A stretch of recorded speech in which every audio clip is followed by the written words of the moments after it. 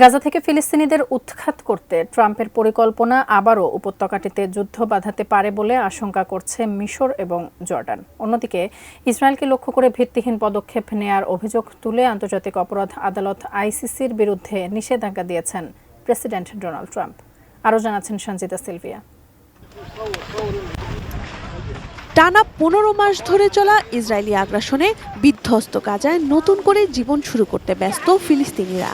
আশ্রয় ধ্বংসের বেদনার সাথে বৃষ্টি, বাতাস আর শীত তাদের দুর্ভোগ বাড়িয়ে তুলেছে বহুগুণ। এরই মধ্যে ট্রাম্পের উৎখাত পরিকল্পনা আরও শঙ্কায় ফেলছে তাদের। গাজা উপত্যকা খালি করার জন্য এর বাসিন্দাদের আশ্রয় দিতে ট্রাম্পের আহ্বান প্রত্যাখ্যান করেছে মিশর ও জর্ডান। উভয় দেশই সতর্ক করেছে এ পদক্ষেপ সেখানে ধ্বংসযজ্ঞ ডেকে আনবে এবং সহিংসতা আরও বাড়িয়ে তুলবে।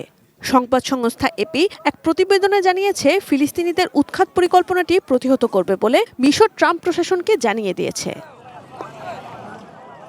২৫০টিরও বেশি ডিজাইন অপশন নিয়ে ওয়ালটন স্মার্ট ফ্রিজ, বোঝে আপনার প্রয়োজন। বৃহস্পতিবার ট্রাম্প নিজের ওয়েব প্ল্যাটফর্ম ট্রুথ সোশ্যালে গাজা দখলের পরিকল্পনা নিয়ে আবারও পোস্ট দেন। লেখেন, যুদ্ধ শেষে ইসরায়েল গাজাকে যুক্তরাষ্ট্রের কাছে হস্তান্তর করবে।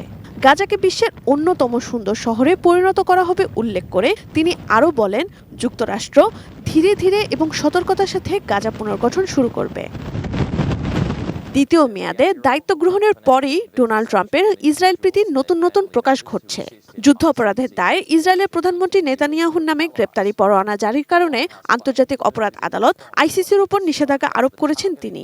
এর আওতায় মার্কিন নাগরিক বা তাদের মিত্রদের বিরুদ্ধে আইসিসির বিরুদ্ধে সহায়তাকারী ব্যক্তি ও তাদের পরিবারের উপর আর্থিক এবং ভিসা বিধিনিষেধ নেমে আসবে। একের পর এক বিতর্কিত সিদ্ধান্ত নিচ্ছেন ট্রাম্প। প্রথমে কানাডা, মেক্সিকো ও চীনের বিরুদ্ধে শুল্ক যুদ্ধের ঘোষণা, এরপর পানামা খাল দখলে নেয়ার ইচ্ছা এবং সর্বশেষ গাজা ইস্যুতে তার অবস্থান উদ্বেগ ছড়াচ্ছে বিশ্বমহলে। Sanjida Sylvia, desk report, ATN news.